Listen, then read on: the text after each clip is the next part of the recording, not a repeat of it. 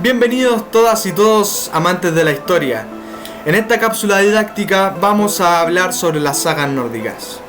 Para poder adentrarnos en este tema, tenemos que considerar que las sagas nórdicas parten principalmente de una tradición oral, es decir, que eran traspasados de boca en boca, de generación en generación, a través de conversaciones alrededor de una fogata, o también puede haber sido acompañado de diversos cánticos y música de fondo.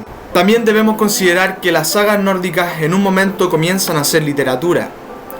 Para esto existen tres periodos importantes. En primera instancia tenemos el periodo inicial, que abarca del 870 hasta el 1100.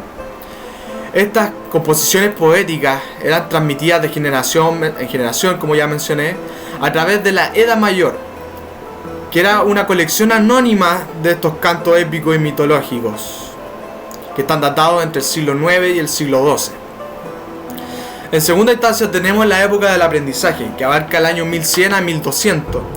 En esta época se empieza a adoptar el cristianismo como religión oficial de los nórdicos. Para finalizar tenemos la época de las sagas, que es la que más nos interesa, porque en este tiempo es cuando se empiezan a categorizar y escribir de mejor forma la literatura nórdica.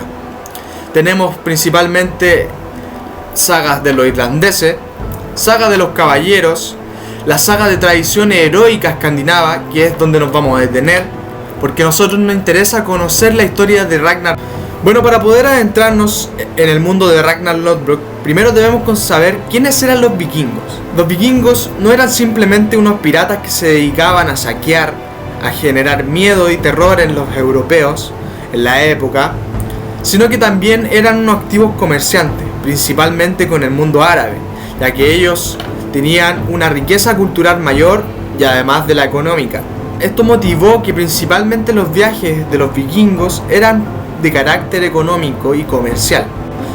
Además, los vikingos fundaron ciudades tan importantes como Normandía o Dublín, por mencionar algunas, y principalmente generaron invasiones a Inglaterra. Una Inglaterra que tiene una mezcla cultural de tanto inglesa como de carácter nórdica. Esto se daba principalmente porque querían estas tierras que eran ricas para poder cultivar, ricas en nutrientes la tierra, a diferencia de las tierras heladas del norte de Escandinavia, que era donde vivían ellos. Bueno, ahora pasamos de lleno a hablar de Ragnar Lodbrok. Ragnar es hijo de Sigurd Rein Radbjörnsson, que fue un monarca danés, y de su madre Alfhild Gunderson Datter, quien fue hija del soberano de los reinos de Alfheim y de Vingulmark. Por lo tanto podemos decir de que Ragnar pertenecía a una familia prestigiosa y de poder. El apellido Lodbrok principalmente significa calzas peludas, que era un apodo que le dieron a él por usar frecuentemente unos pantaloncillos de cuero. Ragnar tuvo aproximadamente 12 hijos, de los cuales destacamos a Bjorn, a Ivar el Deshuesado, a Iugr y a Sigurd, por mencionar algunos. También tenemos que considerar que la saga de Ragnar tiene un tinte mítico, un tinte fabuloso, a donde se puede considerar incluso que puede llegar a ser un semidios.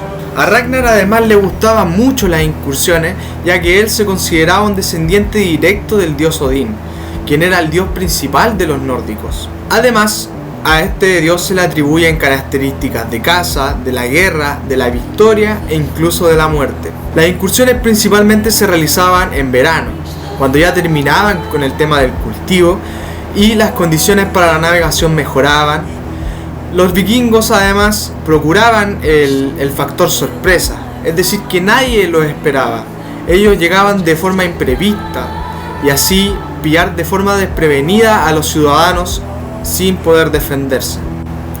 Bueno, según la fuente, su primera incursión fue por el Báltico, donde consiguió la fama que los persigue y se convirtió en un monarca. Alcanzó tal fama que no tenía enemigos, y con esto le alcanzó una preocupación, que consideraba que quizás los nobles vikingos iban a confabular contra él. Por lo tanto, él buscó preparar un gran golpe, cual fue la invasión a París para el año 845, el cual fue acompañado aproximadamente por 120 barcos y más de 5.000 hombres. Bueno, y esta información nosotros la recabamos principalmente de las fuentes secundarias traducida por Santiago Ibáñez Luch, llamado La saga de Ragnar de Calzas Peludas, para que se den el tiempo, si es que les interesa aprender más sobre esta temática y sobre el personaje que es Ragnar, se lean este texto que está muy bueno y muy completo.